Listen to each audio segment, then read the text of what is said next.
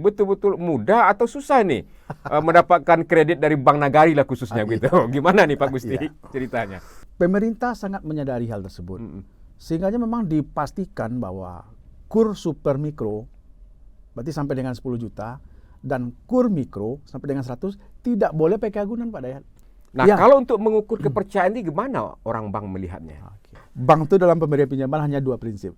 Satu, ability to pay, kemampuan membayar. Yang kedua, willingness to pay, kemauan membayar.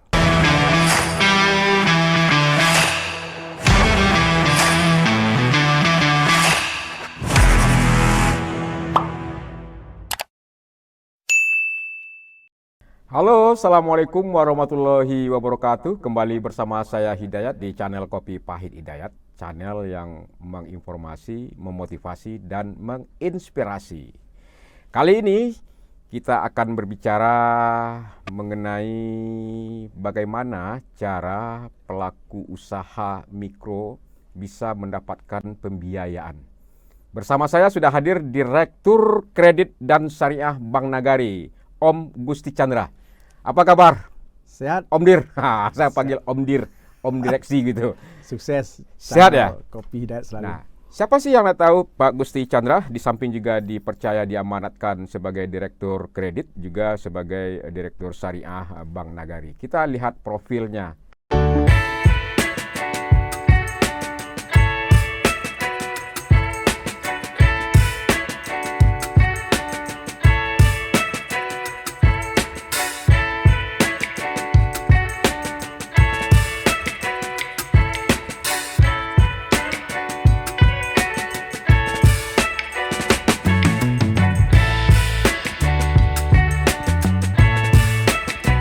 Ternyata beliau fokus di kredit atau bahasa perbankannya pembiayaan begitu.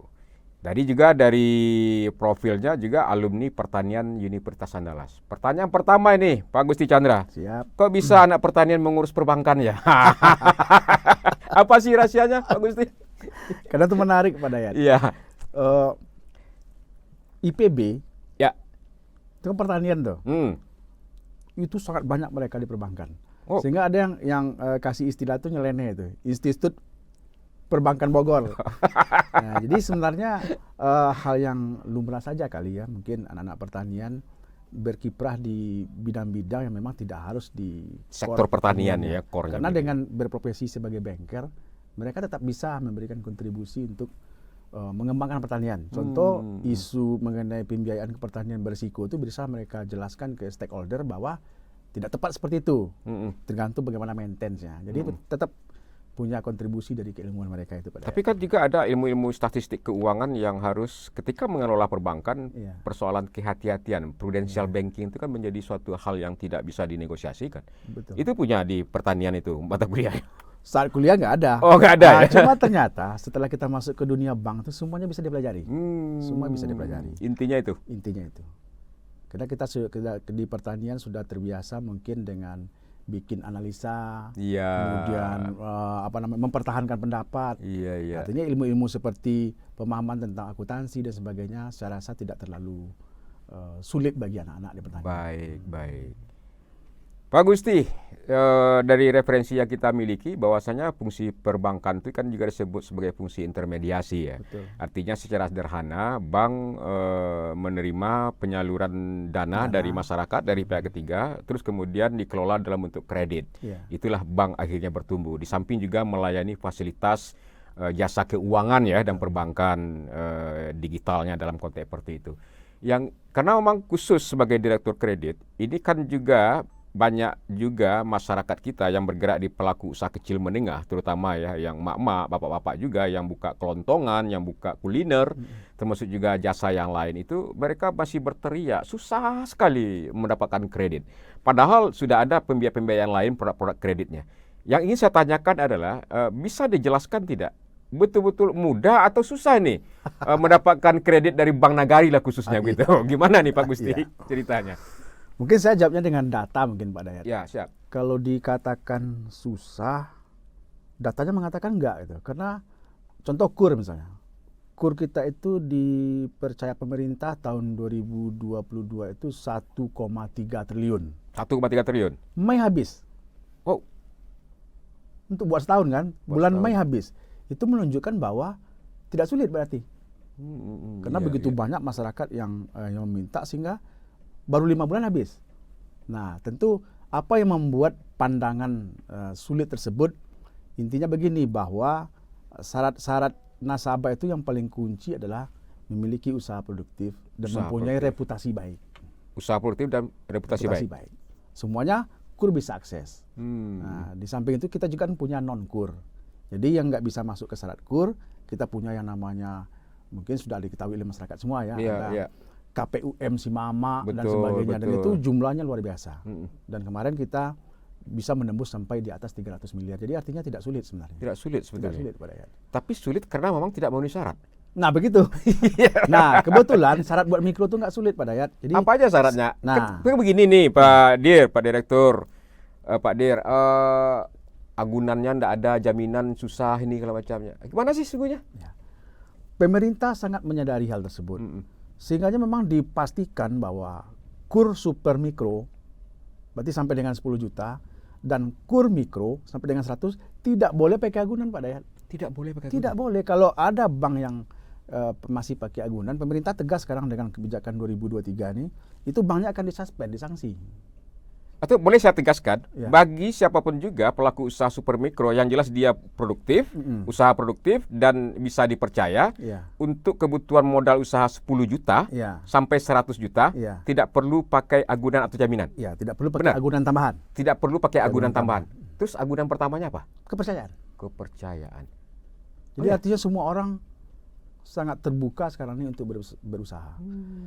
Setelah saya pelajari dari beberapa permohonan yang masuk itu, kendala terbanyak pelaku usaha mikro kecil di Sumatera Barat ya, lebih kepada mereka mungkin sebelumnya pernah meminjam nih Pak Dayat. Mungkin pernah minjamnya di dapat program ini, program itu, tapi data dulu namanya BI checking, sekarang iDebsLink, itu nggak lancar. Nah kalau itu memang nggak bisa masuk ke sistem. Jadi kalau masih ada tunggakan, apakah dia minjam di bank lain atau pembiayaan resmi lain? Termasuk di leasing. Iya di leasing, itu tidak bisa. Harus diselesaikan. Harus selesaikan dulu. Ya, itu yang mungkin banyak. Itu mungkin terkendala. Kenapa demikian nih Pak Dir, Om Dir? Karena memang pembiayaan pelaku usaha mikro, apalagi super mikro ini kan memang terjerat rentenir yang banyak begitu ya. Betul nggak data dari Bank Nagari? Betul. Memahami itu nggak? Betul. Jadi kita sampai mengeluarkan skema itu namanya KUR Super Mikro Marandang. Iya, saya dengar Marandang. Pernah launching tahun 2021. Marandang itu melawan rentenir daerah Minang. Tantangannya itu banyak diapresiasi loh, keberpihakan Bank Nagari. Dan ternyata gini Pak Dayat, dari 1.300 lebih yang sudah kita kasih KUR Super Mikro Marandang tanpa agunan, dengan plafon sudah 12,8 miliar, NPL-nya 0%. Masya Allah. Jadi terbukti ilmu bahwa kredit itu adalah kepercayaan. Jadi kalau para ibu-ibu, bapak-bapak kita yang pelaku usaha mikro tidak mampu menjaga kepercayaan, ya memang sulit berkembang. Tapi kalau percaya, banknya nyari gitu. Jadi itu true story daripada KPRMR Marandang. Yang pertama ada usaha produktif. Itu bisa dilihat secara physically. Nah, kalau untuk mengukur kepercayaan ini gimana orang bank melihatnya? Itu pertanyaan menarik. Tadi saya buka rahasia nih. Biar tahu juga publik ini kan. Bank itu dalam pemberian pinjaman hanya 2 prinsip. Satu, ability to pay. Kemampuan membayar. Ini harus bisa dilihat nih, usahanya di mana, omset harian berapa, seminggu berapa, sebulan. Ini gampang lah ini. Apalagi banyak para aplikasi sederhana sekarang yang membuat itu. Yang kedua, willingness to pay. Kemauan membayar. Jadi 2 syaratnya terpenuhi nih, mampu dan mau.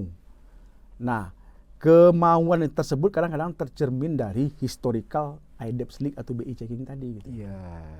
Nah, kita melihat bahwa pelaku usaha itu harus membangun reputasinya sebagai orang yang ketika diberikan kepercayaan meminjam, dia bayar tepat waktu, lancar dan sebagainya. Kalau itu sudah ada, berarti dia siap untuk naik kelas. Itu dia.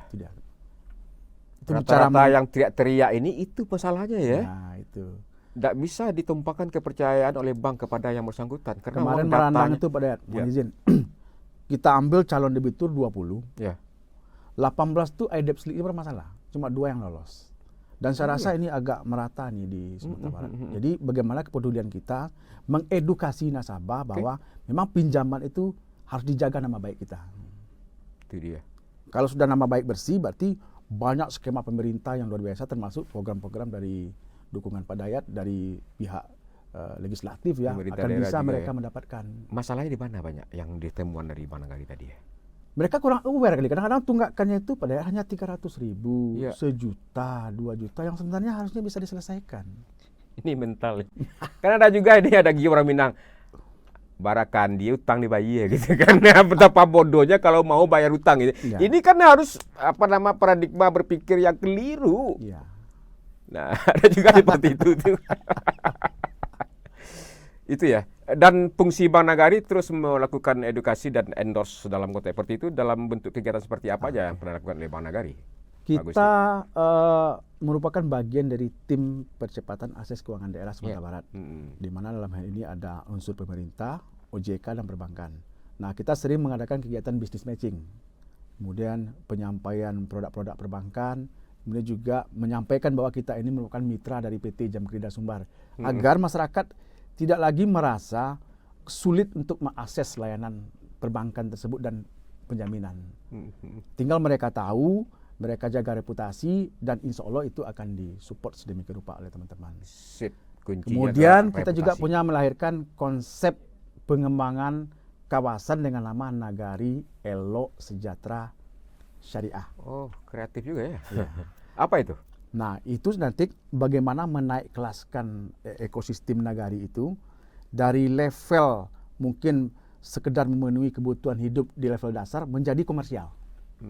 Sehingga mereka naik kelas lah menjadi aktivitas itu tidak hanya memenuhi kebutuhan kehidupan sehari-hari, tapi sudah bisa berproduksi mungkin untuk menghasilkan ekonomi apakah itu sasaran.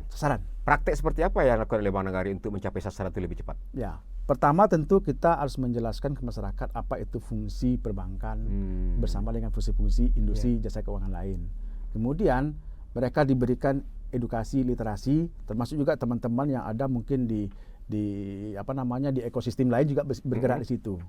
Nah, setelah mereka paham, mereka juga mendapatkan akses, mereka melakukan inklusi setelah itu. Inklusi ini artinya Pak Dayat mulai dari mungkin menabung, kemudian dapat pinjaman, kemudian menjaga nama baik dan seterusnya siap untuk expand menjadi lebih baik. Betul. Kemarin itu sudah kita lakukan percontohan di 3 nagari, yaitu di Nagari Pariangan, kemudian Ampang Gadang, Nagari Talang. Karena 3 ini sukses, tahun ini kita jadikan sekitar 60 nagari. Ya. Indikator suksesnya seperti apa nanti? Terjadi peningkatan penggunaan perbankan dan industri jasa keuangan oleh masyarakat. Kemudian skala ekonominya akan naik. Akan kelihatan. Artinya bahasa kampungnya adalah biasanya minjam dari rentenir atau pinjol, sekarang sudah menggunakan jasa keuangan dari perbankan. Itu antara lain indikatornya gitu ya. Termasuk juga jasa-jasa fintech ya. Fintech. Financial teknologi yang dimiliki oleh perbankan begitu. Selama ini mungkin masih nyimpan uang di bawah bantal, sudah nyimpan uang di bank. Selama ini di situ masih susah ngakses bank karena jauh, tapi sudah ada agen laku pandai bank di situ. Jadi itu tujuannya. Baik. Kira-kira produk pembiayaan Bang Nagari apa aja itu? Ya. Yang paling terkenal tentu ya yang sangat diidamkan oleh masyarakat untuk KUR ya. Di KUR ini akan ada di semua bank. Cuma ada keunikan sendiri seperti tadi Pak Dayat. KUR Super Mikro Marandang itu tuh khas Bang Nagari itu untuk pemberantasan rentenir. Kemudian kita juga punya namanya kredit peduli usaha mikro si Mama, solusi mengatasi masalah keuangan. Yang skemanya mirip-mirip KUR, tapi ada kelebihan-kelebihan yang kita bikin. Contohnya mungkin lebih fleksibel, kemudian cicilannya mungkin lebih ringan dan sebagainya. Nggak bisa memenuhi syarat KUR, tapi bisa ditampung di KPUM. Jadi kayak sweetener gitu. Sehingga masyarakat semuanya dapat mengakses. Di samping itu juga kalau mau naik kelas ke level yang lebih komersial, Bang Nagari punya skema modal kerja dengan berbagai model, dengan pinjaman yang mungkin sesuai kebutuhan, investasi juga, termasuk juga pinjaman rekening koran. Ada 2 pilihan, mau konvensional, mau syariah, silakan juga ada. Bisa kita investasi ya. Nah, tahun sekarang kami merencanakan Pak Dayat akan membuat klinik UMKM di setiap kantor. Setiap kantor, klinik UMKM. Ya. Jadi nanti kebayang tuh Pak Dayat, para pelaku usaha mikro ini dengan segala kegalauannya, dengan segala keinginan tahuannya, tinggal berkunjung ke Banagari dapat kopi kayak Pak Dayat. Mereka bercerita di situ, kemudian mereka baru mendapatkan akses bank dan bisa saja ketemu sama mitra-mitranya yang lain. Nah, dan ini sedang kita coba desain seperti apa modelnya. Ada meeting untuk dia mendapatkan informasi dan edukasi ya. Ya, kalau Pak Dayat kan punya studio nih. Kita nanti punya klinik UMKM. Kita ambil space. Tapi bisa mobil juga studio kita ke kliniknya Pak. Pak Dir gitu. Itu kolaborasi yang menarik tuh. Sehingga diketahui oleh banyak orang gitu. Baik. Itu program-program pembiayaan itu memang by design, by riset dia. By riset. Itu kerjanya seorang direktur kredit ya? Wah, kita gunakan berbagai sumber daya yang ada. Kemudian data-data itu kan tersedia dengan baik. Kita analisis dengan tim-tim, kemudian tentu nanti direksi mengambil keputusannya dengan pertimbangan yang matang. Berarti terjawab sudah ya, walaupun dari alumni pertanian gitu kan, ternyata punya kajian juga luar biasa ini. Menariknya gini Pak Dayat, kenapa kami harus fokus ke UMKM? Data, kita kan sama nih, data BPS sama data Dinas Koperasi. Jumlah pelaku usaha itu 593.190 di Sumbar. UMKM? Pelaku usaha. Yang besar tuh cuma 419 atau 0,07%. Artinya 99,93% itu adalah pelaku UMKM. Jadi masa depan ekonomi Sumbar ini adalah di UMKM. Yang terbesar mikro dan kecil. Gitu. Jadi semua perbankan di Sumbar harus memberikan kemudahan kepada pelaku usaha mikro dan kecil. Jadi by data. 500.000 lebih pelaku usaha di Sumatera Barat, hanya 0,07 yang masuk skala yang besar begitu ya. Dan yang besar itu pasti udah rebutan Bambang tuh. Nah, dia bagus kan? Jadi tujuan kita nanti mikro naik kelas ke kecil, kecil naik kelas ke menengah, yang menengah kita lepas menjadi pengusaha besar untuk bertarung di skala nasional dan internasional. Nggak ribet dong ngurus yang kecil nih Pak Dir. Mana untungnya lagi? Kertasnya sebanyak itu juga kan? 5 juta dibandingkan 5 miliar kan banyak itu juga kertasnya.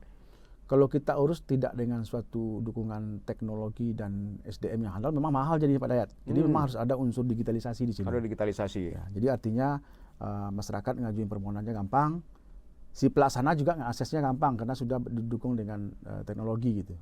Sehingga overhead bisa ditekan. Berarti juga ada nawaitu juga ya, mengabdi untuk negeri gitu kan, sebagai logonya Bank Nagari gitu kan. Itu harus sebagai bank milik daerah kita harus mendukung program-program pembangunan daerah. Baik, sebagai bank milik daerah, dimiliki oleh saham oleh Pemprov 33% lebih kurang, boleh digambarkan ini posisi Bank Nagari per 2022 terakhir ini asetnya berapa dan DPK, dana pihak ketiga, kredit tentu ada yang macet nggak? Oh ada Pak Dayat. Nah, gimana posisi sekarang ini? Portofolio Bank Nagari nih Pak Dir. Ya. Alhamdulillah tahun 2022 kita mampu ya menjawab tantangan, kemudian mungkin kepercayaan dari pemegang saham, stakeholder dan sebagainya. Aset kita sekarang sudah mencapai 30 triliun.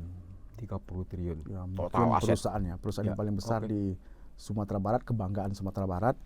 Dengan pertumbuhan aset kemarin itu 7,89%. Wow. Nah, pembiayaan itu mencapai 22,4 triliun. Dengan market share itu sudah mencapai 37%. Wow. Saya rasa mungkin... Tunggu. Ya. 22 triliun. Ya. Dengan market share 37% dari seluruh perbankan. Inilah penggerak ekonomi sesungguhnya. Ya. Peran pemerintah, sektor swasta, dan perbankan. Betul. Fungsinya di situ. Iya. 22 triliun. Modal Pemprov berapa? Modal Pemda? Modal Pemda semuanya itu 1,7 kalau modal store ya. Iya, 1,7 keseluruhan tuh. 1,7. Jadi modal Pemprov tambah kabupaten kota tambah koperasi lah. 1,7 triliun. 1,7 triliun. Sejak tahun 62 sampai sekarang. Tapi uang yang dikelola melebihi 30 triliun asetnya. Dan uang yang berputar tuh 22 triliun kurang lebih untuk menggerakkan ekonomi daerah dalam bentuk fungsi kredit pembiayaannya. Ya. Wow. Sangat menentukan. Ya. Ya, mungkin Pak Dayat tahu lah ya berapa sih porsi APBD untuk ekonomi. Ya, saya pikir 22 triliun yang akan diguyurkan kepada pelaku usaha pembiayaan inilah dia memiliki nilai dongkrak, nilai ungkit ya untuk pertumbuhan ekonomi. Terus dana pihak ketiga kita berapa? Dana pihak ketika kita kepercayaan masyarakat kepada Bank Nagari cukup bagus, itu mencapai 24,5 triliun. Jadi ini masih banyak nih ruang. Jadi kreditnya 22,4, dananya 24,5 triliun. 24,5 triliun uang masyarakat yang dikelola. Sementara uang Pemda hanya 1,7 triliun itu kan. Berarti benar-benar iya, itu Bank Nagari ini rakyat Sumbar yang punya nih, Pak Dir. Exactly, 100%. Iya. Nggak gampang loh mengelola uang rakyat ini, uang umat ini. Kuncinya kepercayaan. Kepercayaan dan kehati-hatian juga ya. Kami terima kasih kepada masyarakat Sumatera Barat. Kemarin kan pernah ada sedikit ya nasional yang kena ya, kasus skimming. Ya. Nah, skimming. Ada keraguan-keraguan kita nih, ini bagaimana nih dampak kepercayaan kepada perbankan. Ya, ini gimana Bank Nagari mengantisipasinya itu? Ternyata karena kita quick respon, kemudian nasabah yang terkena itu kita tenangkan dan kita ganti. Kita bikin statement, itu semua akan kita selesaikan. DPRD juga kawal kita. Ternyata dari dana ini menunjukkan bahwa tidak terpengaruh kepercayaan masyarakat. Kami terima kasih sekali itu. Karena ada gerak cepat tadi. Gerak cepat. Respon cepat. Ya. Nah, kunci memang lembaga bisnis dengan hanya modal 1,7 disetor, aset 30, berarti memang kepercayaan kuncinya. Itu kepercayaan masyarakat. Ya. Betul, Pak Dayat. Saya ulangi lagi, modal Pemda itu 1,7 triliun, uang yang dikelola uang masyarakat itu sampai 24,5 triliun, dan 22 triliun itu digelontorkan untuk pembiayaan atau kredit. Total asetnya sudah 30 triliun lebih. Betul. Sejak 1962 berdirinya. Walaupun nanti modal kita kan lebih nih, sudah 3,3 triliun ini. Di situ kan nanti ada cadangan, ada laba ditahan dan sebagainya. Laba kita berapa ini, Pak Der? Kata orang mengatakan Bank Nagari ini labanya dikit katanya. Ada juga seperti itu. Gimana nih meresponnya Pak Om Dir nih? Jadi kalau misalnya kita lihat ukuran suatu bisnis itu menguntungkan di perbankan, lihat aja return on asetnya. Nah, return on aset rata-rata bank tuh 1,5 tuh udah bagus tuh Pak Dayat. Udah bagus ya. Udah bagus. Nah, kita mampu memberikan return on aset itu tahun sekarang 2,12%. Sehingga laba kita itu unaudited adalah 481 miliar. Jadi kalau untuk ukuran berbisnis ini memang gadis cantik gitu. Gadis cantik profit ya. Jadi tidak benar juga, ada juga asumsi atau juga pemikiran Bank Nagari itu semestinya untung lebih besar dari itu. Ternyata di ROA gitu ya, return of assetnya justru melebihi dari 2%. Melebihi 2,12 kita. Itu cukup sehat, baik. Sehat, apalagi kalau kita lihat ukuran rasio lain. Jadi memang kalau melihat bagaimana suatu perusahaan itu lebih orang para ekonom menunjukkan saya ini lihat rasio-rasionya katanya. Kalau lihat nominal nanti terjebak. Bopo misalnya, Bopo kita itu 79,39%, itu kategori sehat itu. Biaya operasional dengan pendapatan operasional ya. Sebelumnya kita di atas 80, sekarang dalam sejarahnya kita mampu menembus di bawah 80. Berarti terjadi efisiensi maksudnya? Efisiensi, kemudian pendapatan semakin bagus, fee base semakin bagus dan sebagainya. Iya. Net interest margin, berarti kan pendapatan bunga bersih itu. Iya. Biaya dana kan harus dibayarkan, pendapatan yang kita cari. Nah, NIM kita ini 7,09%. Average perbankan cuma 5%. Jadi kalau mau lihat bagaimana bank itu, lihat rasio-rasionya Pak. Yang mungkin sudah ada standarnya semua dari OJK, Bank Indonesia. Iya, tidak bisa aja saling tuding gitu kan. Nah, dengan nominal kadang-kadang terjebak kan. Bisa saja nominalnya mungkin 500 miliar sekian laba, tapi ROA-nya cuma 1,5 misalnya. Itu kecil berarti. Jadi lihat di return on asset, lihat di BOPO, lihat di NIM gitu. Nah, NPL juga menentukan, Pak. NPL kita berapa persen sekarang? 2,2%.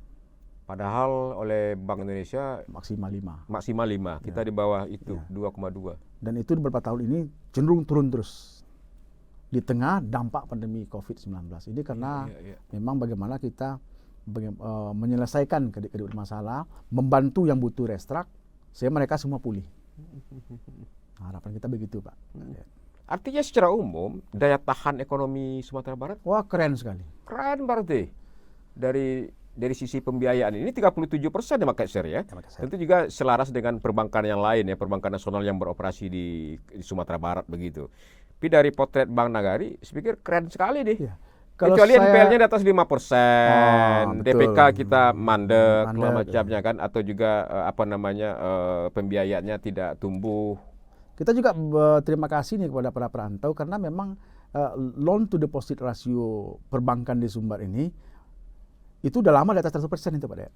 Artinya tingkat penggunaan dana oleh masyarakat Sumbar itu tinggi. artinya di permintaan kredit dan pembiayaan ya. Yeah. Sumber dana kita masih terbatas, jadi kita disupport oleh dana di luar. Saya rasa itu udah diketahui semua kayaknya. Iya. Itu kan mesti kepewan di direksi dong gitu kan. Iya. Ketika permintaan kredit banyak tentu dananya harus dicari juga. Betul. Nah, itu dengan banyak skema-skema juga dengan berbagai standar juga ya pelayanan seperti itu. Terus soal kredit macet nih. Baik. Kredit macet ini secara syariahnya kan memang yang namanya utang kan dunia akhirat kewajiban. Betul. Ya kan. Nah, namun secara bisnisnya tentu harus ada upaya dari perbankan untuk bisa meminimalisir yang macet tadi. Apa upaya yang telah dilakukan? Perbankan itu mungkin agak berbeda dengan industri jasa keuangan lain. Kalau taruhlah misalnya kita perbandingkan dengan pegadaian atau leasing misalnya. Itu bendanya dieksekusi kan? Ya. Artinya kalau kita menggadaikan sesuatu, kita nunggak berapa kali kemudian dijual. Nah, bagi perbankan mengeksekusi agunan atau lelang itu merupakan langkah paling terakhir. Karena kita ini ada unsur edukasi. Jadi oleh karena itu biasanya sepanjang nasabah itu punya karakter bagus, mau beritikat baik menyelesaikan, kita punya banyak skema. Apakah itu di rescheduling, apakah diperpanjang pinjamannya, dikecilin angsurannya, di restrak. Nah, inilah yang diberikan oleh perbankan untuk memulihkan debiturnya. Nah, kalau memang karakter tidak baik, seperti yang Pak Dayat bilang, ngemplang dan sebagainya, tentu langkah terakhir itu adalah memang sita. Nah, itu sudah pernah dilakukan? Iya, kita lakukan Pak Dayat. Terpaksa, karena dana masyarakat harus kita lindungi kan? Itu dia ya, itu filosofisnya. Kita nggak boleh berpikir satu pihak gitu, karena ada dana masyarakat di situ yang digunakan untuk pinjaman. Jadi kalau yang menerima pinjaman menunggak nggak bayar-bayar, kita harus peduli dengan orang yang punya dana, harus kita selamatkan. Gitu. Dan alhamdulillah dengan langkah-langkah persuasif yang kita lakukan, kredit macet kita turun secara konsisten. Turun. Benar nggak ada pemikiran asumsi yang mengatakan kalau dekat dengan direksi ini kredit cepat cair, bagi yang enggak susah cair? Gimana? Hampir gitu kan? Direksi harus dekat dengan semua orang. Oh, direksi harus dekat sama orang. Tapi kan, kalau untuk kredit berlaku syarat dan ketentuan. Nggak ada urusan dekat mendekat. Betul. Itu dia. Jadi kita sudah punya SOP, punya service level agreement. Jadi walaupun punya Pak Dayat ini di level juga ya Bang Nagari kita nih ya. Di cabang berapa hari, naik ke sini berapa hari, di direksi berapa hari, itu ada itu. Walaupun nanti ya kan namanya kita berteman kan, ada yang langsung ketemu direksi, tapi yang SLA tetap kita ikuti gitu. Dan disiplin komit itu ya. Betul Pak Dayat. Karena memang harus menjaga kepercayaan dana masyarakat. Ya. Bank yang sehat itu adalah bank yang kasanya banyak, jadi rasio dana murahnya banyak, kemudian NPL-nya kecil. Iya. Kalau itu sudah kejadian Pak Dayat, direksi komisaris itu sangat lapang sekali untuk expand kemana-mana. Iya. Ya balik jualan lah, kalau harga pokoknya murah gitu, kita mau kompetisi di harga gampang sekali gitu. Jadi intinya adalah memang tidak, kalau seandainya siapapun juga, walaupun merasa dekat, merasa teman segala macamnya, kalau mengajukan pembiayaan ke Bank Nagari, tentu juga syarat tertentu berlaku. SOP-nya kepada siapapun. Sama. Dan kita bikin memang tidak ribet-ribet gitu. Artinya kita harus memberikan kemudahan dalam berusaha, gitu. Baik kepada pelaku usaha mikro kecil, pengusaha muda, apalagi yang besar-besar gitu. Betul. Apalagi kita kan dalam industri ini nggak hidup sendiri Pak Dayat. Betul. Di bank A syaratnya tidak terlalu rumit, kita rumit ya kita ditinggal. Jadi kita harus ada persaingan bisnis juga antar bank. Iya Pak Dayat. Betul. Ya. Soal CSR. Oke. Ada yang mengatakan tidak jelas saja gini katanya kan? Jelas nggak nih? Jelas Pak Dayat. Oh jelas ya. Di tahun lalu kan kita sudah punya beberapa kegiatan. Ya. Ada yang mungkin di bidang keagamaan, kebencanaan, pengembangan UMKM, event olahraga, dan semuanya kita kemudian. Termasuk juga kepada daerah-daerah kita sebagai pemegang saham. Ada beasiswa pendidikan yang juga ya? Ya secara rutin dilakukan. Wujud tanggung jawab sosial kita lah ya. Termasuk juga untuk kaum yang memang wajib kita bantu. Itu selalu fungsi-fungsi tanggung jawab sosial perusahaan dilakukan itu. Oke, sip. Tentu syarat ketentuan harus berlaku ya. Tidak bisa selonong juga seperti itu kan. Karena semuanya banyak kebutuhan. Banyak. Itu juga harus dipertanggungjawabkan pada akhirnya ya Pak Gusti ya. Iya, OJK periksa itu Pak. Tidak boleh ini, tolong dong ini tidak bisa seperti itu. Tentu syaratnya harus ada begitu. Iya. Terakhir nih. Ya Pak Dayat. Ini kan jagat pemberitaan Sumatera Barat terhadap Bank Nagari ini beberapa bulan belakang ini kan sangat agak riuh ya. Persoalan konversi Bank Nagari ke syariah begitu. Yeah. Bahkan juga kami dapat informasi juga seakan-akan kenapa Bank Nagari ini belum juga bersyariah, karena memang ada direksi mau menghambat ya. Mempercepat akselerasi dari konvensional ke syariah begitu. Yeah. Benar tuh. Kalau kita lihat, ya, kalau saya cenderung menjawab itu dengan data, Pak Dayat, agar nanti inilah Direktur tersampaikan. Keuangan memang dengan data ini kan. Kinerja syariah itu beberapa tahun ini tumbuh double digit, Pak. Syariah. Jadi aset kita tumbuh kemarin itu 23,57%. Sekarang posisi sudah 3,2 triliun. Pembiayaan yang disalurkan itu tumbuhnya 19,85%. Dana pihak ketiganya tumbuh 23%. Labanya tembus di atas 100 miliar. Oke. Kalau begitu, adakah kesan bahwa manajemen direksi tidak mendukung penguatan syariah? Data mengatakan itu tumbuh dia. Tumbuh. Dan tumbuhnya kalau secara persentase ya di atas konvensional. Jadi artinya perhatian komisaris direksi kepada syariah sangat kelihatan dari angka-angka ini. Nah, kalau ada misalnya pandangan seperti yang Bang Dayat sampaikan tadi, itu mungkin penguatan bagi kami untuk mungkin lebih menunjukkan, seperti misalnya dalam bentuk kegiatan-kegiatan literasi, edukasi, mengajak masyarakat untuk makin menggunakan perbankan syariah. Karena bank syariah itu bukan soal halal haram saja, bukan soal Islam non-Islam. Ini adalah suatu pilihan ekonomi yang ada di dunia ini, yang mungkin orang bisa memilih, yang mungkin ada preferensinya, mungkin masih konvensional, tapi ada orang yang suka dengan syariah, karena di syariah tidak berbasiskan bunga. Dia berbasiskan kepada transaksinya, apa kita berjual beli, berbagi hasil, atau sewa menyewa. Jadi akadnya beda. Dia tidak pengaruh bunga, Pak Dayat. Contoh gini, kalau orang ngambil pembiayaan di syariah sekarang, dia sudah pasti tuh nyicilnya berapa sampai kapan. Tidak takut dengan the Fed naik atau 7 days repo naik turun, tidak ngaruh dia. Jadi secara pendekatan pengusaha itu lebih tenang. Cash flow-nya sudah bisa diatur gitu. Karena lebih pasti. Tidak ada kenaikan-kenaikan di tengah jalan, tidak ada floating. Jadi ada orang yang suka itu, ada orang yang mungkin masih konvensional. Jadi tidak untuk diperdebatkan, inilah suatu pilihan sesuai dengan keinginan masyarakat. Kalau dia itu pilihan, kenapa kita tidak buat BUS saja? Bank Umum Syariah, Bank Nagari. Oh, terpisah, berarti dua kita punya bank, Pak Dir. Ini kan mungkin di kekuatan permodalan kita ya. Ini tergantung pilihan nanti. Nah, kalau regulasi mengatakan satu bank itu harus punya modal minimal 3 triliun. 3 triliun untuk buka bank baru. Ada relaksasi untuk bank yang UUS-nya dipisahkan. Tahap awal bisa 1 triliun. Tapi paling lambat tahun 2024 harus 3 triliun. Artinya kalau misalnya Sumatera Barat ingin punya 2 bank, Bank Nagari Kompen dan Bank Nagari Syariah, harus punya duit nanti 2024 itu 6 triliun gitu. 6 triliun ya. Nah, sanggup nggak gitu. Tapi kan ada skema sebagai praktisi perbankan mungkin ya, saya ingin tanya juga.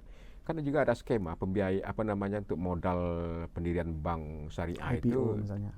Ya, IPO, tapi melibatkan juga masyarakat gitu. Masyarakat juga sebagai pemiliknya, misalnya 20% atau 30% yang disebut dengan ini saham seri B atau private placement gitu ya. Ya, private investment. Akan lebih bersyariah peradaban kita, Pak Gusti. Skema itu dimungkinkan ya? Oh, bisa-bisa saja. Bisa saja ya. Ya, bisa-bisa dibuka. Saja. Misalnya kalau 3 triliun, 1 triliun mungkin dari publik. Siapa yang mau masuk sebagai pemilik modal ya. Yang penting semangatnya saya lihat sudah sama sekarang, bahwa Sumatera Barat dengan ABS SBK-nya, dominannya religius, maka kehadiran perbankan syariah itu semakin melengkapi Sumatera Barat. Tapi kenapa masih belum juga nih konversi ini berubah di syariah? Kan berproses, Pak Dayat. Kalau kita lihat dari tim kami di dalam itu semua dokumen-dokumen yang memang kewenangan manajemen mengerjakan itu posisinya sudah selesai. Oh, sudah selesai. Sudah selesai. Seperti apa aja itu, Pak Dir? Ya, seperti misalnya studi kelayakan, kemudian rencana bisnis, kelengkapan SOP, teknologi itu sudah selesai semua. Nah, tinggal kita konsultasi dengan OJK Sumbar agar barang ini artinya prasyarat secara teknis yang menjadi beban direksi sudah final diselesaikan. Nah, di luar itu tentu tidak kewenangan dari direksi, persoalan polisi, persoalan regulasi secara ini. Termasuk perda. Oh, isu perda itu ya. Tentu di luar wilayah dari direksi begitu kan. Jadi tidak benar juga ada yang menyebut direksi juga menahan proses konversi ini ke syariah begitu kan. Oh tidak Pak, karena terakhir malah sudah asistensi terakhir dengan OJK bulan kemarin itu. Dan OJK udah lihat, memang ya ibaratnya udah terpenuhi lah, paling kekurangan salah ketik itu gampang lah. Maka kita buka konsultasi terus dengan OJK Sumbar. Oke. Kayaknya selesai itu Pak. Baik, Om Dir. Ini kita bicara 2023 ini ekspansi apa yang ditawarkan ke publik nih masyarakat Sumatera Barat terhadap layanan jasa keuangan perbankan Bank Nagari. Baik. Kalau kita lihat data Bank Indonesia, data Kemenko Perekonomian, statistik dan sebagainya, Indonesia tidak begitu terpengaruh dengan dampak geopolitik. Itu dia, perang Rusia-Ukraina. Apalagi ancaman resesi 2023 kan? Ya. Oke. Jadi kami waktu itu dengan OJK dan BI sampaikan pesan begini Pak. Sepanjang kebutuhan domestik ini diisi oleh domestik juga, itu pertumbuhan ekonomi Indonesia akan bagus, termasuk Sumbar. Nah, oleh karena itu maka semua sektor di Sumbar itu tumbuhnya bagus. Jadi isu bahwa sektor ini tidak prospektif, ini tidak ada. Nah, tapi kalau kita kerucutkan lagi, di manakah yang menjadi primadona masyarakat? Ya. Nah, satu itu tentu adalah mikro, kecil, seluruh sektor. Dan alhamdulillah kabar baiknya, kami sudah disetujui untuk KUR tahun 2023 itu pada 2,5 triliun. Oh, dari kementerian? Dari kementerian. 2,5 triliun. Ayo, gitu kan. Nah, kita permudah nanti aksesnya. Bisa melalui website Bank Nagari, bisa telepon ke 150-234 atau berkunjung ke Bank Nagari terdekat untuk nanyain kapan nih kita bisa dapat akses KUR. 2023 Bank Nagari siap kucurkan 2,5 triliun untuk KUR. Bunga rendah. Nah, masih 6%. Masih 6%. Masih 6%. Itu syarat dan ketentuan tidak begitu rumit ya? Tidak rumit. Nah, mungkin gini, salah satu yang didorong oleh pemerintah, mulai kita dorong pelaku usaha mikro kecil ini untuk mendapatkan nomor induk berusaha, NIB. Ya. Nah, ini nanti beberapa lembaga, mungkin termasuk beberapa koperasi atau lembaga pendidikan yang bisa kolaborasi dengan dinas koperasi, melatih mereka, kemudian NIB-nya keluar, berarti dengan dinas perizinan satu pintu ya. Sehingga nanti memang masuk ke bank itu mereka udah punya NIB. Itu akan lebih mudahkan lagi tuh. Nah, itu syarat kalau mau naik kelas, begitu kan. Sektor yang kedua perumahan, subsidi. Karena dengan demografi Sumbar yang usia produktif itu mencapai 68%, pelaku usaha muda pasti mencari rumah pertama yang murah, cicilannya ringan. Oleh karena itu kita sudah disetujui sekarang ini juga 1.250 unit rumah KPR sejahtera subsidi. Dengan tenor panjang, bunga hanya 5%. Bisa konvensional, bisa Seri A. Berarti di Seri A jatuhnya ke margin gitu. Sip. Secara praktisi perbankan, saya meyakini Pak Gusti Chandra bisa juga paham tentang ekonomi makro ya. Siap. Sumatera Barat di sektor mana yang sektor unggulan yang bisa mendongkrak pertumbuhan ekonomi kita yang strategis, Pak Gusti? Baik, saya pelajari itu pada dari pinjam-pinjam ini kan bisa terlihat itu kan. Tim riset kami itu lihat itu kemana nih arah kita gitu. Jadi kalau lihat PDRB, basic Sumbar itu tetap pertanian. Jadi nggak salah bahwa pemerintah dorong KUR tuh 60% harus ke sektor produksi dan dominan itu pertanian tuh. Nah, yang kedua biasalah orang Sumbar dagang, jasa ya. Kuliner, fashion itu maksudnya. Termasuk. Itu nanti kelompoknya jasa itu Pak. Nah, jasa-jasa ini tumbuhnya bagus nih. Kalau di PDRB kita lihat data terakhir itu sudah 15% lebih kurang. Jadi dengan kondisi terbaru sekarang dampak Covid dan sebagainya, muncul jasa-jasa yang baru seperti orang makin jasa laundry misalnya. Macam-macam muncul sekarang. Itu PDRB-nya 15%. 15% Pak. Luar biasa. Dulu masih kecil itu. Jadi sejak era kelaziman baru ini terbentuk usaha-usaha yang seperti itu. Kemudian industri pengolahan 8,45%. Contohnya apa? Pasti pengolahan barang setengah jadi menjadi barang jadi. Ekonomi kreatif, craft. Nah, kemudian seperti yang juga disampaikan oleh Pak Wahyu Purnama, Kepala Perwakilan BI, pertumbuhan baru Sumbar itu adalah pariwisata dengan segala turunannya. Berarti di situ ada ikraf, ada kuliner, transportasi, travel agent, souvenir begitu ya. Iya. Apalagi ini Sumbar Visit apa namanya? Visit Beautiful West Sumatra. Beautiful West Sumatra 2023. Ah, kita siap masuk ke sektor itu. Dan analis kita nanti. Nah, ini peluang bisnis nih sungguhnya. Bagi yang memulai tentu juga harus menyiapkan dirinya lebih lentingannya lebih baik lagi gitu kan. Kalau udah modal hubungi Bang Hari itu. Siap. Tapi intinya adalah tetap disiplin ya.